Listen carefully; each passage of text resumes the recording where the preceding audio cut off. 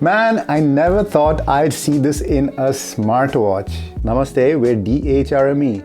Don't hate Moulin Rouge of entertainment. Okay, let's start with three big factors of why I'm so sold on this watch, and we'll come to the downsides as well. So let's start with the first one, which is blood pressure monitoring, because that is the number one reason to get this watch.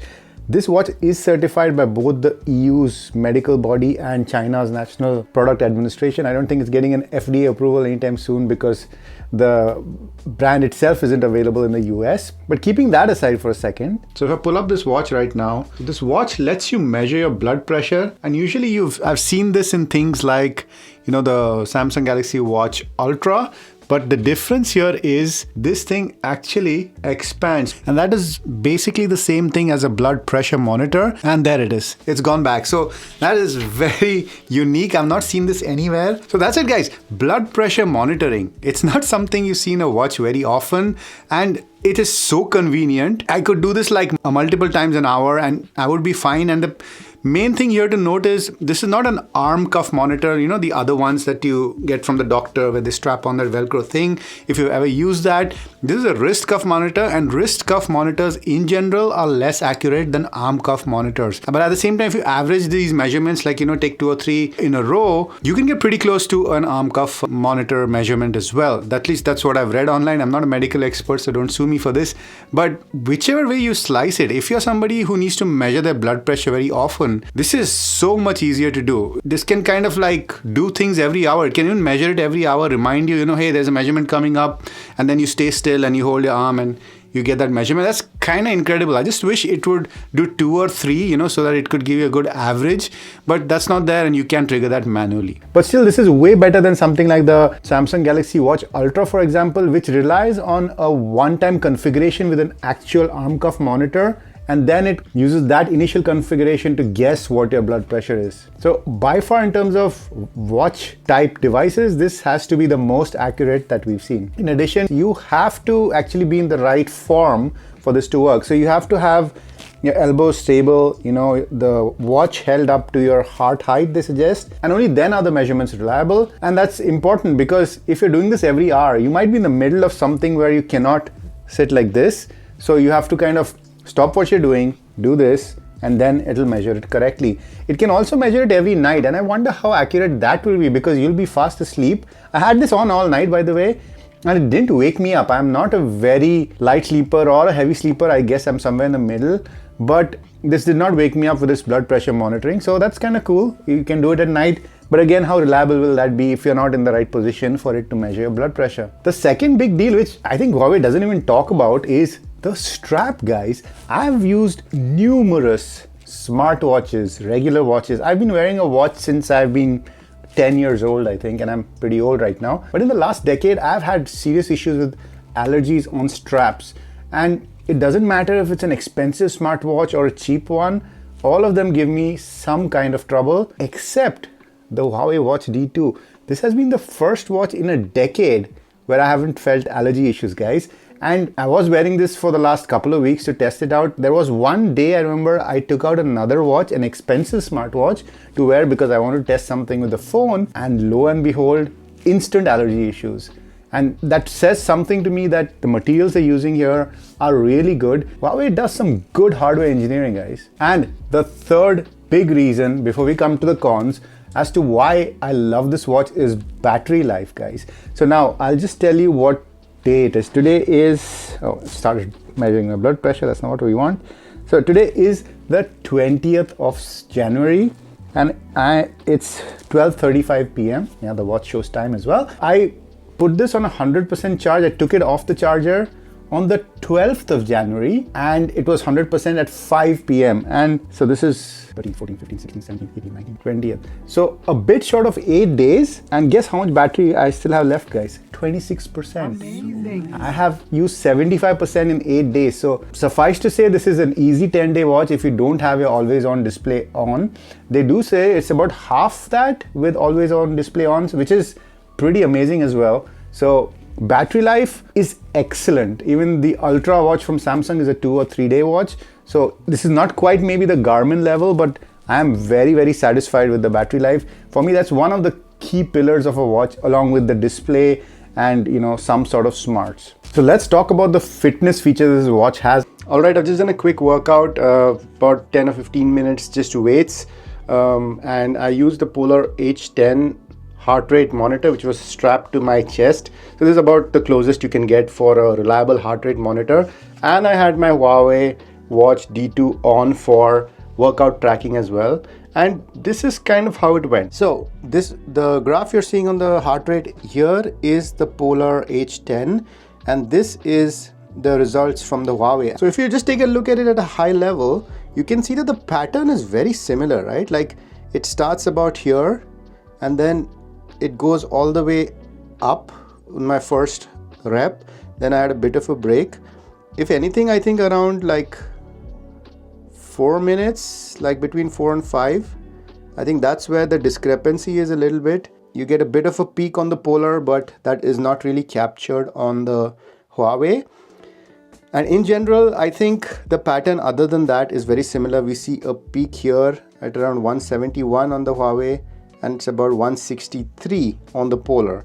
So what we can summarize from this is, for general trends, I'm quite surprised at how well the Huawei is doing.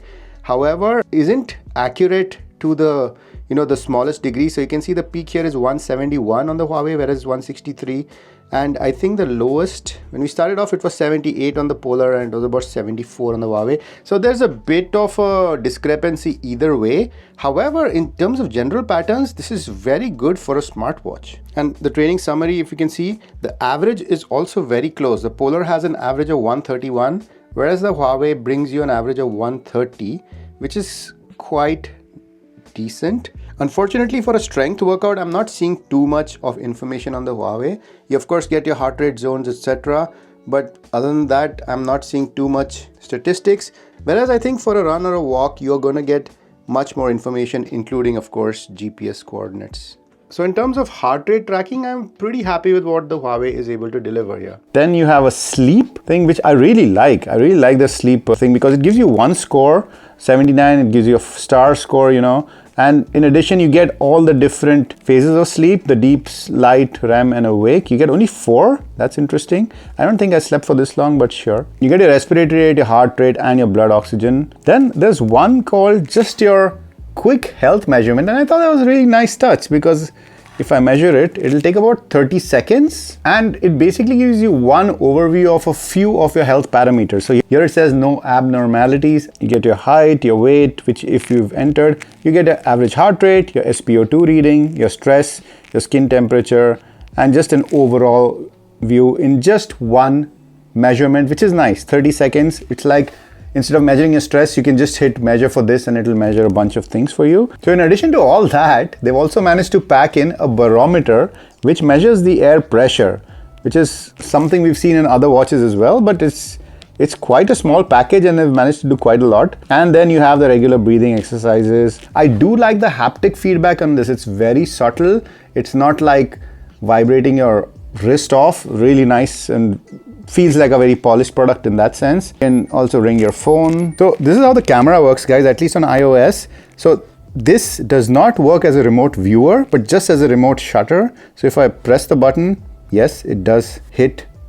And if I do it for video as well, it started the video, but it doesn't know it started the video. So if I hit it again, it just stops the video. So it's just a remote shutter button, a pretty dumb shutter button. You can't really have a proper viewing with this, at least on iOS. So this runs Harmony OS 5.0 and it's a very good operating system, I must say. It does everything you need it to. I found the GPS tracking and the step tracking to be pretty good. It works with both Android and iOS, and in Europe here we have a Huawei Health Europe app. I'm not sure why there's one specifically for our continent, but okay. So overall, pretty happy with what it's doing. As I said, it works with Android and iOS. I could also take calls on iOS. I didn't test it with Android. That was a fun thing as well. I was connected to my Android and then Kevin asked me, hey, does it work with iOS? So I was like, okay, I need to try that.